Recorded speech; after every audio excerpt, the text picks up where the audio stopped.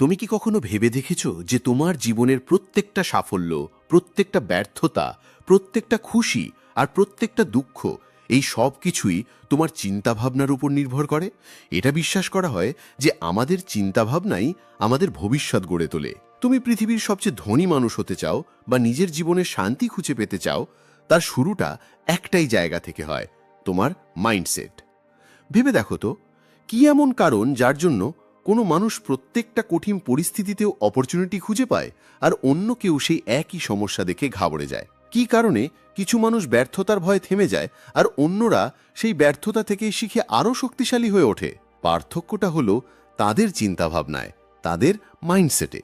পৃথিবীর সবচেয়ে সফল মানুষদের কাছে টাকা, রিসোর্সেস বা ট্যালেন্টের থেকেও যে জিনিসটা তাদের বাকিদের থেকে আলাদা করে সেটা হলো তাদের মাইন্ডসেট।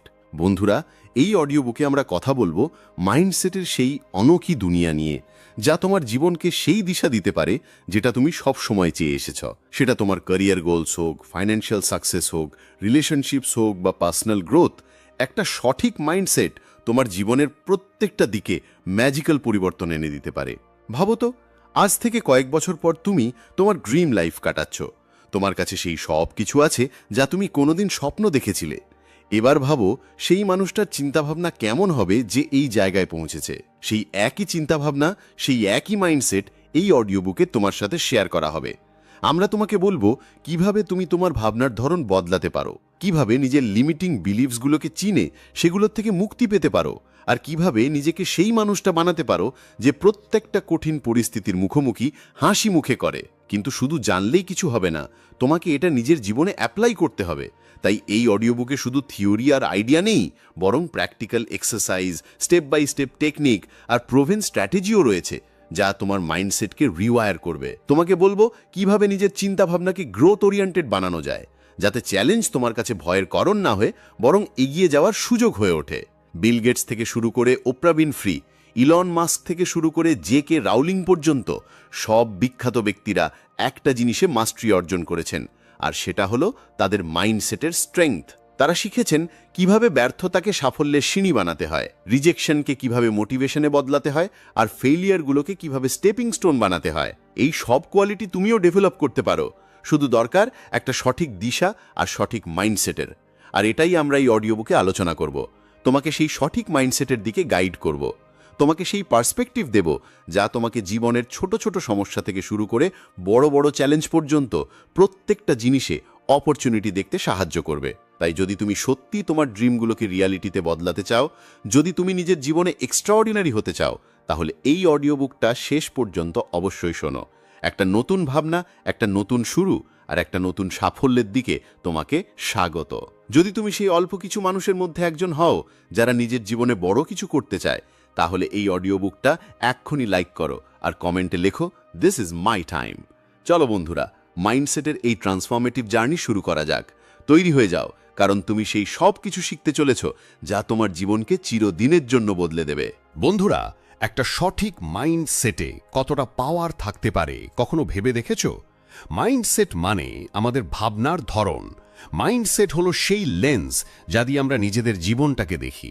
আমাদের প্রত্যেকটা ভাবনা, প্রত্যেকটা বিশ্বাস আর প্রত্যেকটা রিয়াকশন এই মাইন্ডসেট থেকেই বেরিয়ে আসে। কিন্তু প্রশ্ন হলো, মাইন্ডসেটে এত শক্তি কিভাবে থাকে যে তা কারো পুরো জীবন বদলে দিতে পারে?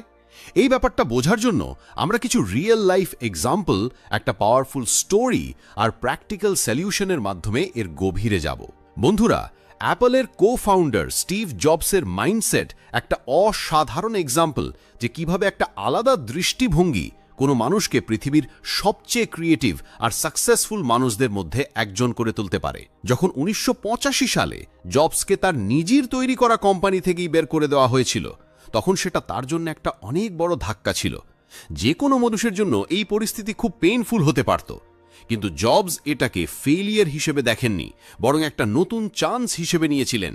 জবস সে সময় বলেছিলেন, it freed me to enter one of the most creative periods of my life. এর মানে হলো তিনি এই কঠিন সময়টাকে একটা অপরচুনিটি হিসেবে দেখেছিলেন, আর এই দৃষ্টিভঙ্গি তাকে পিক্সার আর নেক্সটের মতো আইকনিক কোম্পানি তৈরি করতে সাহায্য করেছিল। অবশেষে অ্যাপলও বুঝতে পেরেছিল যে তাদের ভিশনারি লিডার ছাড়া তারা এগোতে পারবে না, আর কয়েক বছর পর জবসকে অ্যাপলে ফিরিয়ে আনা হয়। বন্ধুরা, এ থেকে আমরা কি শিখতে পারি? এ থেকে আমরা এটাই শিখি যে যদি জবস ভাবতেন তার জীবন শেষ হয়ে গেছে, তাহলে হয়তো অ্যাপল, পিক্সার আর আইফোনের মতো জিনিসগুলো কোনো দিনও পৃথিবীর সামনে আসতো না। তার মাইন্ডসেট তাকে সেই ফেলিয়ারের মধ্যেও একটা নতুন শুরুর সুযোগ করে দিয়েছিল। যখন আমরা চ্যালেঞ্জগুলোকে সুযোগ হিসেবে দেখতে শিখি, তখনই মাইন্ডসেটের আসল শক্তিটা চোখে পড়ে। বন্ধুরা, একটা পুরনো গল্প আছে যা তোমাকে মাইন্ডসেটের আসল শক্তি বোঝাতে পারবে। একদিন এক দাদু তার নাতিকে জীবনের একটা অনেক বড় শিক্ষা দিচ্ছিলেন। তিনি বললেন, আমাদের সবার ভেতরে দুটো নেকড়ে থাকে। একটা নেকড়ে নেগেটিভিটি, ভয় আর হিংসায় ভরা থাকে। অন্য নেকড়েটা পজিটিভিটি, সাহস আর ভালোবাসায় ভরা থাকে। এই দুটো নেকড়ে আমাদের ভেতরে সারাক্ষণ একে অপরের সাথে লড়াই করতে থাকে। নাতিটা কিছুক্ষণ ভেবে জিজ্ঞাসা করল, দাদু, তাহলে শেষ পর্যন্ত জেতে কে? দাদু উত্তর দিলেন, যে নেকড়েটাকে তুমি খাবার দেবে সেটাই জিতবে। এই গল্পটা আমাদের এটাই বোঝায় যে আমাদের জীবনে কোন মাইন্ডসেটটা প্রভাবশালী হবে সেটা নির্ভর করে আমরা কোন চিন্তাকে গুরুত্ব দিই তার উপর। যদি আমরা ভয়, ইনসিকিউরিটি আর নেগেটিভিটিকে প্রশ্রয় দিই, তাহলে আমাদের জীবনে সেটাই ফুটে উঠবে। কিন্তু যদি আমরা সাহস, অপটিমিজম আর গ্রোথের ভাবনাকে আপন করে নিই, তাহলে আমরা জীবনে সেই জিনিসগুলোরই রেজাল্ট দেখতে পাবো। বন্ধুরা, মাইন্ডসেট মূলত দুই ধরনের হয়। প্রথমটা হলো ফিক্সড মাইন্ডসেট আর দ্বিতীয়টা হলো গ্রোথ মাইন্ডসেট। ফিক্সড মাইন্ডসেটের মানুষেরা মনে করে যে তাদের এবিলিটি আর স্কিলগুলো ফিক্সড, অর্থাৎ যা আছে তাই থাকবে। তারা চ্যালেঞ্জকে ভয় পায়, ফেলিয়ার থেকে পালিয়ে যায় আর ক্রিটিসিজমকে খারাপ চোখে দেখে। ফর এক্সাম্পল, যদি কারোর মনে হয় যে সে পাবলিক স্পিকিংয়ে ভালো নয়, তাহলে সে এটা ধরেই নেয় যে সে কোনোদিনও স্কিলে উন্নতি করতে পারবে না। এই ধরনের ভাবনার ফলে তাদের পার্সোনাল গ্রোথ থেমে যায়। অন্যদিকে গ্রোথ মাইন্ডসেটের মানুষেরা বিশ্বাস করে যে তারা যে কোনো স্কিল বা এবিলিটিকে প্র্যাকটিস আর লার্নিংয়ের মাধ্যমে ডেভেলপ করতে পারে। এই ধরনের মানুষেরা চ্যালেঞ্জকে এক্সাইটমেন্টের সাথে ফেস করে, ফেলিয়ার থেকে শেখে আর সবসময় ইমপ্রুভমেন্টের চেষ্টা করে। ফর এক্সাম্পল, মাইকেল জর্ডানকে তার স্কুলের বাস্কেটবল টিম থেকে রিজেক্ট করা হয়েছিল, কিন্তু তিনি হার মানেননি। তার গ্রোথ মাইন্ডসেট তাকে ক্রমাগত ইমপ্রুভ করার জন্য মোটিভেট করতে থাকে, আর আজ তাকে বাস্কেটবলের লেজেন্ড বলে মনে করা হয়। বন্ধুরা, যদি তুমিও নিজের চিন্তাভাবনাকে গ্রোথ মাইন্ডসেটের দিকে বদলাতে চাও, তাহলে আমি কয়েকটা সহজ আর প্র্যাকটিক্যাল স্ট্র্যাটেজি বলতে যাচ্ছি। মন দিয়ে শোনো। বন্ধুরা, প্রথম স্ট্র্যাটেজি হলো সেলফ রিফ্লেকশন। নিজেকে প্রশ্ন করো যে যখন তোমার কোনো পরিস্থিতিতে ফেলিয়ারের মুখোমুখি হতে হয়, তখন তুমি সেটাকে কিভাবে দেখো? তুমি কি এটাকে নিজের দুর্বলতা ভেবে থেমে যাও, নাকি এটাকে একটা ইমপ্রুভমেন্টের সুযোগ হিসাবে দেখো? দ্বিতীয় স্ট্র্যাটেজি হলো লার্নিং ওরিয়েন্টেড গোল সেট করা। নিজের গোল সবসময় আউটকামের উপর ভিত্তি করে রেখো না, সেগুলোকে লার্নিং ওরিয়েন্টেড বানাও। যেমন, আমাকে টপ স্কোরার হতে হবে, এর বদলে এমন গোল রাখো যে আমাকে কনসেপ্টগুলো ভালোভাবে বুঝতে হবে। এতে শেখার উপর ফোকাস থাকবে। বন্ধুরা, তৃতীয় স্ট্র্যাটেজি হলো ক্রিটিসিজমকে ফিডব্যাক হিসেবে নেওয়া। যদি কেউ তোমার ভুল ধরিয়ে দেয়, তাহলে সেটাকে ব্যক্তিগতভাবে নিও না বা ডিফেন্সিভ হয়ে যেও না। সেই ফিডব্যাক থেকে শেখার চেষ্টা করো, কারণ গ্রোথ মাইন্ডসেটে ক্রিটিসিজম তোমাকে ইমপ্রুভ করার প্রথম ধাপ। বন্ধুরা, একটা পাওয়ারফুল মাইন্ডসেট তোমার জীবনকে সেই দিকে নিয়ে যেতে পারে যা তুমি কোনোদিনও কল্পনাও করনি। এর আসল মানে হলো নিজের চিন্তা ভাবনাকে এমনভাবে প্রোগ্রাম করা যাতে তুমি প্রত্যেকটা কঠিন পরিস্থিতিকে একটা নতুন সুযোগ হিসাবে দেখতে পারো। স্টিভ জবস বলতেন, innovation is the ability to see change as an opportunity, not a threat. যদি আমরা এই কথাটা ভালো করে ভাবি, তাহলে বুঝতে পারবো যে মাইন্ডসেটের আসল শক্তি আমাদের ভাবনাকে পজিটিভ আর অপরচুনিটি ওরিয়েন্টেড বানানোর মধ্যেই আছে। তাই মনে রেখো, ভাবনা বদলাও, জীবনটা নিজে থেকেই বদলে যাবে। মাইন্ডসেটকে পাওয়ারফুল আর গ্রোথ ওরিয়েন্টেড বানালে তোমার জীবনের প্রত্যেকটা ছোট বড় সমস্যা তোমার কাছে একটা নতুন সুযোগ হয়ে উঠবে। চলো বন্ধুরা, গ্রোথ মাইন্ডসেট আর ফিক্সড মাইন্ডসেটের মধ্যেকার পার্থক্যটাকে আরও গভীরে বোঝা যাক। আমাদের জীবনে সফলতার সবচেয়ে বড় কারণ হলো আমাদের মাইন্ডসেট, আর বিশেষ করে আমাদের মাইন্ডসেটটা কেমন, গ্রোথ মাইন্ডসেট নাকি ফিক্সড মাইন্ডসেট। এই পার্থক্যটা বোঝার জন্য আমাদের আশেপাশের মানুষদের দেখার দরকার নেই, বরং পৃথিবীর সবচেয়ে সাকসেসফুল মানুষদের গল্পগুলোই আমাদের এটা বিশ্বাস করানোর জন্য যথেষ্ট। এক গ্রামে দুই বন্ধু ছিল, অর্জুন আর সমীর। দুজনেই একই স্কুলে পড়তো আর দুজনেরই ছবি আঁকার খুব শখ ছিল। একদিন তাদের স্কুলে একটা ড্রয়িং কম্পিটিশন হলো। অর্জুন প্রতিযোগিতার জন্য খুব খেটেছিল, কিন্তু সে জিততে পারল না। অন্যদিকে সমীরও পার্টিসিপেট করেছিল আর সেও হেরে গেল। ফিক্সড মাইন্ডসেটের অর্জুন হেরে যাওয়ার পর ভাবল, হয়তো আমি ড্রয়িংয়ে ভালো নই, আমার আর খেটে কোনো লাভ নেই। সে হার মেনে নিল আর ছবি আঁকা ছেড়ে দিল। আর গ্রোথ মাইন্ডসেটের সমীর হেরে যাওয়ার পরও হতাশ হলো না। সে ভাবল, এখন আমি জিততে পারিনি, কিন্তু যদি আমি আরও মেহনত করি আর শিখতে থাকি, তাহলে একদিন ঠিক জিততে পারব। সমীর হার্টটাকে শেখার সুযোগ হিসাবে দেখল আর প্রতিদিন নিজের ড্রয়িং ইমপ্রুভ করার জন্য লেগে পড়ল।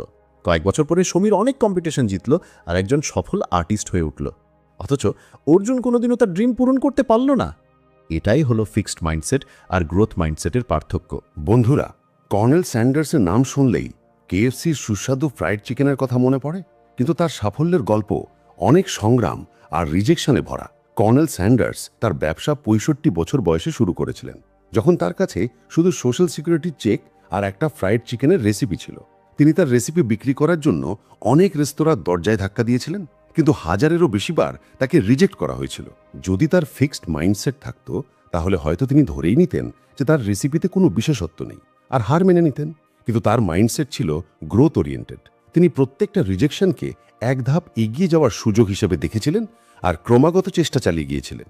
অবশেষে একজন রেস্তোরাঁর মালিক তার রেসিপি অ্যাকসেপ্ট করেন আর সেই রেসিপি কেএফসি হিসেবে সারা বিশ্বে ছেয়ে যায়। কর্নেল স্যান্ডার্সের গ্রোথ মাইন্ডসেট তাকে প্রত্যেকটা কঠিন পরিস্থিতি নতুন এনার্জির সাথে ফেস করার শক্তি জুগিয়েছিল। তার পার্সিভিয়ারেন্স আর গ্রোথ ওরিয়েন্টেড ভাবনা তাকে রিটায়ারমেন্টের বয়সেও গ্লোবাল ফাস্ট ফুড ইন্ডাস্ট্রিতে একটা পরিচিতি এনে দিয়েছিল। বন্ধুরা, এবার চলো জানা যাক যে সর্বোপরি গ্রোথ মাইন্ডসেটকে কিভাবে ডেভেলপ করা যায়, যাতে আমরাও নিজেদের পোটেনশিয়ালকে পুরোপুরি আনলক করতে পারি। সবার আগে এটা জরুরি যে আমরা ফেলরকে একটা লার্নিং অপরচুনিটি হিসেবে দেখি। যখনই কোনো কিছুতে ফেল করবে, তখন এটাকে শেখার একটা চান্স বলে মনে করো। নিজেকে প্রশ্ন করো, আমি এই এক্সপিরিয়েন্স থেকে কি শিখলাম, আর সেই লেসনটাকে এগিয়ে যেতে ব্যবহার করো। যেমন মাইকেল জর্ডান রিজেকশনকে একটা লেসন হিসেবে নিয়েছিলেন আর নিজের খেলা আরও ভালো করার উপর ফোকাস করেছিলেন। এরপর আসে পজিটিভ সেলফ টকের কথা। প্রায় আমরা নিজেদের সম্পর্কে নেগেটিভ কথা ভাবি, যেমন এটা আমার দ্বারা হবে না বা আমি এটাতে ভালো নই। এটা বদলাতে হবে। গ্রোথ মাইন্ডসেটের জন্য এটা জরুরি যে আমরা নিজেদের বলি, এখন পারছি না কিন্তু শিখতে পারবো। পজিটিভ সেলফ টক আমাদের কনফিডেন্স বাড়ায় আর আমরা চ্যালেঞ্জগুলোকে আরও ভালোভাবে ফেস করতে পারি। গ্রোথ মাইন্ডসেটের জন্য লার্নিং ওরিয়েন্টেড গোল সেট করাও একটা জরুরি স্টেপ।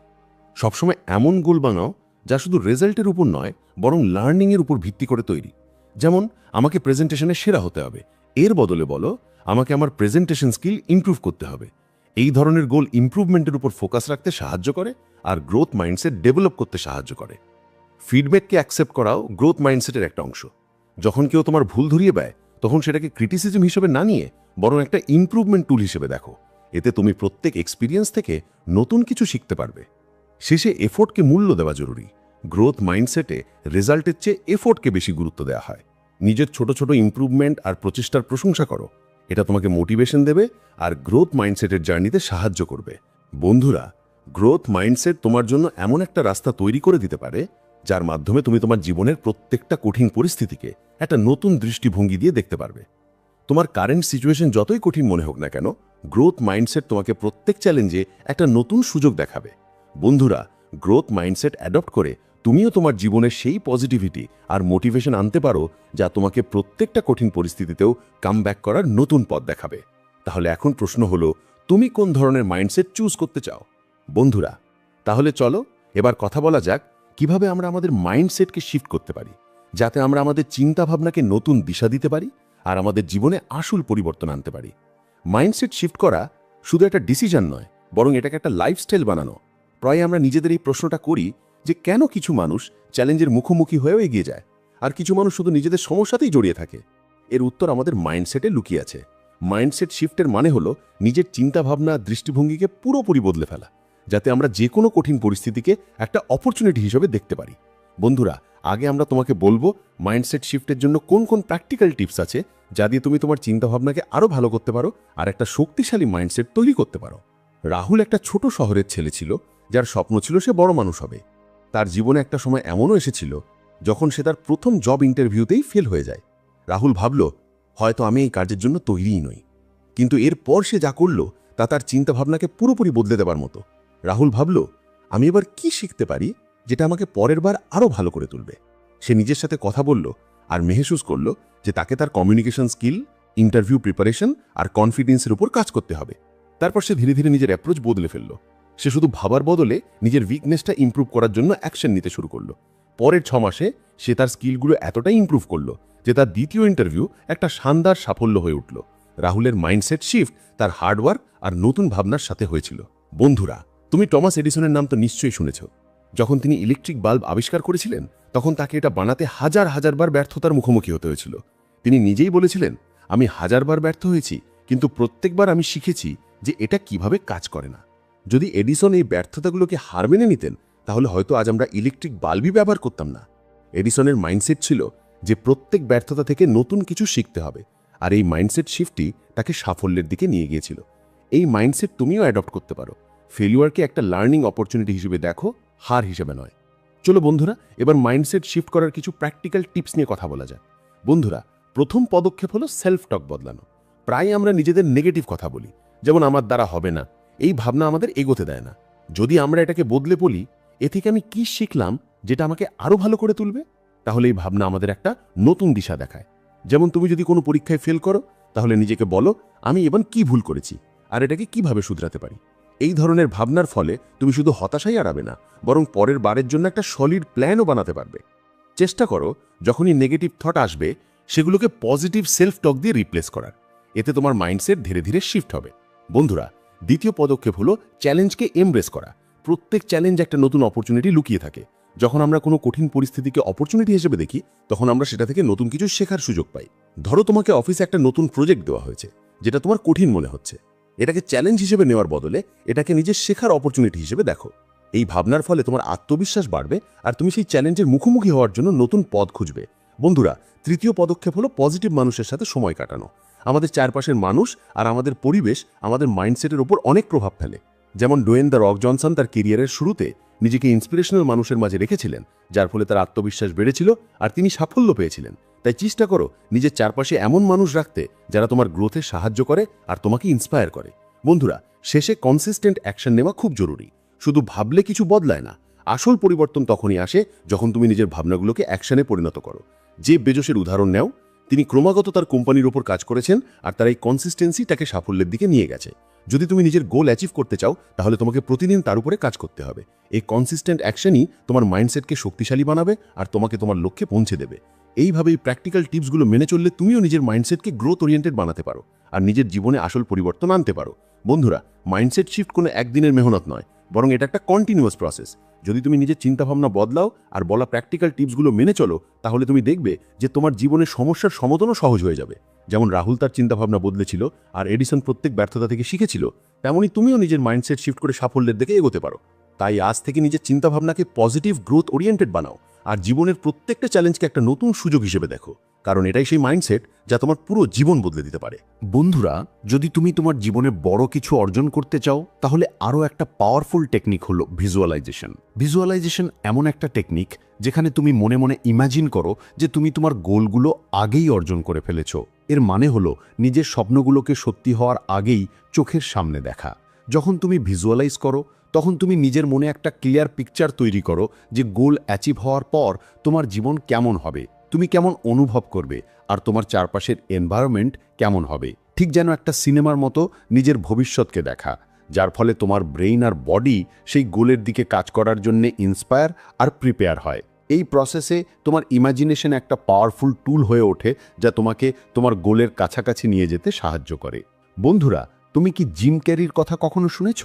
জিম ক্যারি একবার তার একটা ইন্টারভিউতে বলেছিলেন যে কিভাবে তিনি তার সাবকনশিয়াস মাইন্ডকে ভিজুয়ালাইজিং সাকসেস দিয়ে ট্রেন করেছিলেন। জিম ক্যারির কাছে সেই সময় কিছুই ছিল না, কিন্তু একদিন তিনি তার ড্রিম জবের জন্য $10 মিলিয়ন একটা চেক লিখেছিলেন আর নিজের গাড়িতে বসে সেটাকে নিজের সাথে রাখতেন। তিনি ভাবতেন একদিন তিনি ঠিক এই অ্যামাউন্টটাই কোনো সিনেমার জন্য পাবেন। এটা ছিল তার ভিজুয়ালাইজেশন টেকনিক। যখন gym carry 1994-এ Dam and ডামারের shooting করছিলেন, তখন তিনি সেই চেকের ছবিটা মনে করেছিলেন আর সত্যি সত্যি তাকে সেই সিনেমার জন্য $10 মিলিয়ন চেক দেওয়া হয়েছিল। জিম ক্যারির এই গল্প এটাই প্রমাণ করে যে ভিজুয়ালাইজেশনের মাধ্যমে তুমি তোমার ইচ্ছেগুলোকে নিজের সাবকনশিয়াস মাইন্ডে এত গভীরভাবে গেঁথে দিতে পারো যে সেগুলো সত্যি হয়ে যায়। বন্ধুরা, ভিজুয়ালাইজেশন আখের কাজ করে কিভাবে? বন্ধুরা, ভিজুয়ালাইজেশন এমনভাবে কাজ করে যেন আমাদের মস্তিষ্কে একটা দিকে প্রোগ্রাম করা হচ্ছে। যখন আমরা আমাদের গোলগুলোকে মনে মনে ডিটেলের সাথে ইমাজিন করি, তখন আমাদের ব্রেন সেটাকে সত্যি বলে মানতে শুরু করে। ধরো, তুমি নিজেকে একজন সাকসেসফুল পার্সন হিসেবে ভিজুয়ালাইজ করছো। তুমি ইমাজিন করছো যে তুমি কনফিডেন্ট, লোকেরা তোমাকে রেসপেক্ট করছে আর তোমার কাছে সেই জীবনটা আছে যেটা তুমি চাও। এই ভিজুয়ালাইজেশন আমাদের সাবকনশিয়াস মাইন্ডকে সিগন্যাল দেয় যে আমাদের এই গোলের দিকে এগোতে হবে। এইভাবে আমাদের ব্রেন আর বডি সেই জিনিসটা হাসিল করার জন্য কাজ করতে শুরু করে দেয়, যেটা আমরা বারবার নিজের মনে দেখি। অর্থাৎ ভিজুয়ালাইজেশন তোমার চিন্তাভাবনাকে অ্যাকশনে বদলানোর একটা পাওয়ারফুল উপায়। চলো আমরা একটা প্র্যাকটিক্যাল এক্সারসাইজ করি, যার মাধ্যমে তুমি এই ভিজুয়ালাইজেশন টেকনিককে নিজের জীবনে ইমপ্লিমেন্ট করতে পারবে। রোজ রাতে ঘুমানোর আগে একটা শান্ত জায়গায় বসো আর নিজের চোখ বন্ধ করো। এবার নিজের গোলকে ইমাজিন করো। ভাবো তোমার ড্রিম কি? তুমি কি ফাইন্যান্সিয়াল ফ্রিডম চাও, নাকি একজন সাকসেসফুল এন্টারপ্রেনিয়র হতে চাও? এই গোলটাকে নিজের মনে ভিভিডভাবে দেখো। যদি তোমার স্বপ্ন একটা বড় কোম্পানির মালিক হওয়া হয়, তাহলে ইমাজিন করো যে তুমি তোমার অফিসে নিজের টিমকে লিড করছো, ডিসিশন নিচ্ছ আর সাকসেসফুল ডিল করছো। এবার এই ভিজুয়ালাইজেশনের সাথে নিজের ইমোশনসকে যুক্ত করো। ফিল করো যে গোল অ্যাচিভ করার সময় তোমার কতটা খুশি, সন্তুষ্টি আর এক্সাইটমেন্ট হচ্ছে। এই ইমোশনস তোমার সাবকনসিয়াস মাইন্ডকে অ্যাক্টিভেট করে, যাতে সেটা তোমার চিন্তাভাবনাকে তোমার অ্যাকশানে বদলে দিতে পারে আর তোমার গোলকে তোমার রিয়ালিটি বানিয়ে দিতে পারে। এই টেকনিকটা প্রত্যেক রাতে 5 থেকে 10 মিনিটের জন্য প্র্যাকটিস করো। যত তুমি এটা প্রতিদিন করবে, তত তুমি দেখবে যে তোমার মাইন্ডসেটে পরিবর্তন আসছে আর তোমার অ্যাকশানে একটা পজিটিভ শিফট দেখা যাচ্ছে। বন্ধুরা, ভিজুয়ালাইজেশন ততক্ষণ পর্যন্ত প্রভাবশালী হবে না যতক্ষণ না তুমি এর সাথে কনসিস্টেন্ট অ্যাকশন নিচ্ছ। সফলতার কল্পনা করা শুধু শুরুটা। আসল সফলতা তখনই পাওয়া যায় যখন তুমি সেটা অ্যাচিভ করার জন্য হার্ডওয়ার্ক করো আর ফোকাসড অ্যাকশন নাও। প্রতিদিন নিজের ভিজুয়ালাইজ সাকসেসের সাথে অ্যাকশন নাও। যখন তুমি নিজের গোলকে ক্লিয়ার করে নাও আর সেটাকে নিজের ভিজুয়ালাইজেশনে দেখো, তখন তোমার সাবকনশিয়াস মাইন্ড তোমাকে সেই দিকে সঠিক পদক্ষেপ নেওয়ার জন্য ন্যাচারালি ইন্সপায়ার করবে। মনে রেখো, ভিশন আর অ্যাকশনের পারফেক্ট কম্বিনেশনই তোমাকে সফলতার দরজায় পৌঁছে দেয়। বন্ধুরা, তোমার সাবকনশিয়াস মাইন্ড তোমার সবচেয়ে বড় বন্ধু হয়ে উঠতে পারে। শুধু তোমাকে এটাকে সঠিকভাবে ট্রেন করতে হবে। ভিজুয়ালাইজেশন শুধু একটা মেন্টাল এক্সারসাইজ নয়, বরং এটা একটা পাওয়ারফুল টুল যা তোমার থটস, অ্যাকশনস আর ইমোশনসকে তোমার গোলের সাথে অ্যালাইন করে। যখন তুমি নিজের স্বপ্নগুলোকে সত্যি বলে ধরে নিয়ে সেগুলোকে ভিজুয়ালাইজ করো, তখন তোমার সাবকনশিয়াস মাইন্ড সেই দিকেই কাজ করতে শুরু করে দেয়। তাই বন্ধুরা, আজ থেকেই নিজের সফলতাকে ভিজুয়ালাইজ করা শুরু করো। যখন তুমি এটাকে নিজের চোখের সামনে দেখবে, তখন তোমার মাইন্ড আর অ্যাকশনস সেটাকে সত্যি করার জন্য নিজে থেকেই এগিয়ে আসবে। বন্ধুরা, যদি তুমি সত্যি তোমার জীবনে বড় কিছু অর্জন করতে চাও, তাহলে কখনো হার মেনে নিও না। যখন তুমি তোমার জার্নিতে বারবার পড়ো, তখনই আসল শক্তির পরিচয় পাওয়া যায়। আমাদের জীবনে ব্যর্থতা আর বাধা আসাটা স্বাভাবিক, কিন্তু এগুলোর মোকাবেলা কিভাবে করবে আর কিভাবে নিজেকে তুলে আবার উঠে দাঁড়াবে, এটাই একটা পাওয়ারফুল মাইন্ডসেটের আসল পরীক্ষা। আমরা প্রত্যেক বড় অ্যাচিভারের গল্পে একটা জিনিস অবশ্যই দেখি, রেজিলিয়েন্স আর পারসিভিয়ারেন্স, অর্থাৎ সংঘাস করার ক্ষমতা আর অধ্যাবসায়। এই দুটো জিনিস যে কোনো ব্যর্থতাকে সফলতায় বদলে দেওয়ার শক্তি রাখে। যতই কঠিন পরিস্থিতি আসুক না কেন, হার না মানার অ্যাটিটিউডই আমাদের বাকিদের থেকে আলাদা করে তোলে। ভাবতো, যদি টমাস এডিসন তার ইনভেনশনের জার্নিতে হার মেনে নিতেন, তাহলে কি আজ আমাদের কাছে ইলেকট্রিক বাল্ব থাকতো? এডিসন বাল্ব আবিষ্কার করার সময় 10,000 বার এক্সপেরিমেন্ট করেছিলেন। সেই এক্সপেরিমেন্টগুলোতে বারবার ফেলিয়ার এসেছিল, কিন্তু এডিসন প্রত্যেকবার নিজেকে তুলে আবার চেষ্টা করেছিলেন। যখন তাকে জিজ্ঞাসা করা হয়েছিল যে এতবার চেষ্টার পরও তিনি হার মানেননি কেন, তখন তার উত্তর ছিল, আমি হার মানিনি, I have just found 10,000 ways that won't work. এটাই ছিল এডিসনের রেজিলিয়েন্স।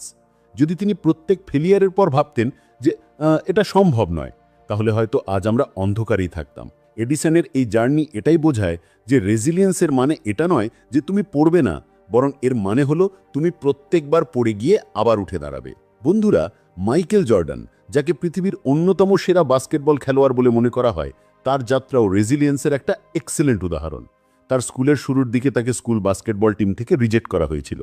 সেই রিজেকশন তাকে ভেঙে ফেলার বদলে আরও শক্তিশালী করে তুলেছিল। তিনি কঠোর পরিশ্রম করেছিলেন, নিজেকে ইমপ্রুভ করেছিলেন আর নিজের স্কিলকে প্রতিদিন শার্পেন করেছিলেন। জর্ডান একবার বলেছিলেন যে আমার কেরিয়ারে আমি 9,000-এরও বেশি শট মিস করেছি, আমি প্রায় 300টা গেম হেরেছি, 26 বার আমার উপর বিশ্বাস করা হয়েছিল যে আমি গেম উইনিং শট নেব আর আমি পারিনি। আমি আমার জীবনে বারবার ব্যর্থতার মুখোমুখি হয়েছি, আর ঠিক এই কারণেই আমি সফল। এই অ্যাটিটিউডই তাকে একজন চ্যাম্পিয়ন বানিয়েছিল। তিনি প্রত্যেক ফেলিওরকে একটা নতুন শিক্ষা বলে মনে করতেন আর প্রত্যেকবার নিজেকে আরও ভালো করে তুলতেন। বন্ধুরা, একটা পাওয়ারফুল মাইন্ডসেটের সবচেয়ে ইম্পর্টেন্ট অ্যাসপেক্ট হলো নেভার গিভ আপ। প্রত্যেক মানুষের জীবনে এমন মুহূর্ত আসে যখন সে নিজেকে পরাজিত মনে করে, কিন্তু এই মুহূর্তটাই তাকে আবার উঠে দাঁড়ানোর সবচেয়ে ভালো সুযোগ দেয়। যে কোনো বড় লক্ষ্যে পৌঁছানোর জন্য তোমাকে বারবার পড়তে হবে আর আবার উঠতে হবে। The moment you give up is the moment you let someone else win. অর্থাৎ হার মেনে নেওয়া মানে নিজের ড্রিম আর পরিশ্রম থেকে দূরে সরে যাওয়া। যখন তুমি আরও একবার চেষ্টা করার সিদ্ধান্ত নাও, তখনই তুমি আসল জয়ের দিকে এগিয়ে যাও। বন্ধুরা, এখন প্রশ্ন হলো, এই নেভার গিভ আপ অ্যাটিটিউডকে নিজের জীবনে কিভাবে আনা যায়? চলো কিছু প্র্যাকটিক্যাল সলিউশন জানা যাক, যা দিয়ে তুমি তোমার রেজিলিয়েন্স আর পার্সিভিয়ারেন্সকে আরও শক্তিশালী করতে পারো। সবার আগে ফেলিয়ারকে স্বীকার করো আর তা থেকে শেখো। প্রত্যেক কঠিন পরিস্থিতিকে গ্রোথের একটা অংশ বলে মনে করো, একটা বন্ধ দরজা নয়। যখনই তুমি ব্যর্থ হবে, নিজেকে প্রশ্ন করো যে এ থেকে কি শেখা যেতে পারে। এডিসনের মতো যিনি প্রত্যেক এক্সপেরিমেন্টকে একটা শিক্ষা বলে মনে করতেন, তুমিও নিজের ভুল থেকে শেখো আর সেগুলোর পুনরাবৃত্তি করা থেকে বিরত থাকো। এরপর পজিটিভ সেলফ টক বজায় রাখো। ব্যর্থতার সময় নিজের সাথে পজিটিভ কথা বলা খুব জরুরি। নেগেটিভ সেলফ টক তোমাকে আরও দুর্বল করে তুলবে।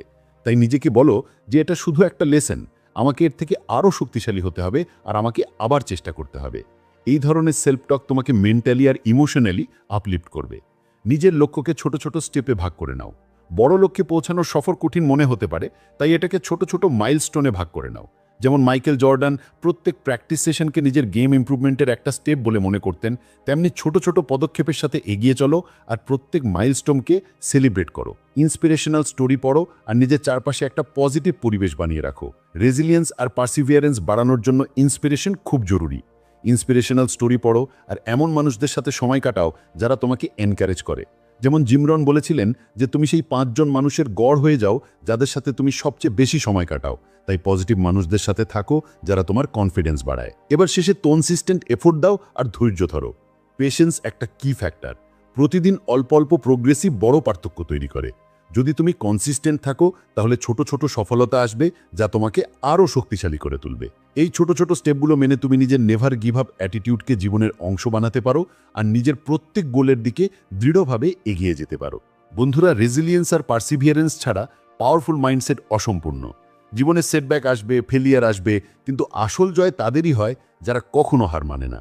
যতইবার পড়ো না কেন, আরও একবার উঠে দাঁড়ানোর সাহস রাখো। টমাস এডিসন থেকে শুরু করে মাইকেল জর্ডান পর্যন্ত প্রত্যেক সাকসেসফুল মানুষের গল্পে একটা জিনিস কমন আছে, তাদের নেভার গিভ আপ মেন্টালিটি। যতক্ষণ না তুমি নিজে হার মানছো, ততক্ষণ পর্যন্ত কেউ তোমাকে হারাতে পারবে না। তাই নিজের গোল অ্যাচিভ করার জন্য সব সময় আরও একবার চেষ্টা করো, কারণ প্রত্যেকবার উঠে দাঁড়ানোর সাথে সাথে তুমি নিজের সফলতার আরও কাছে পৌঁছে যাও।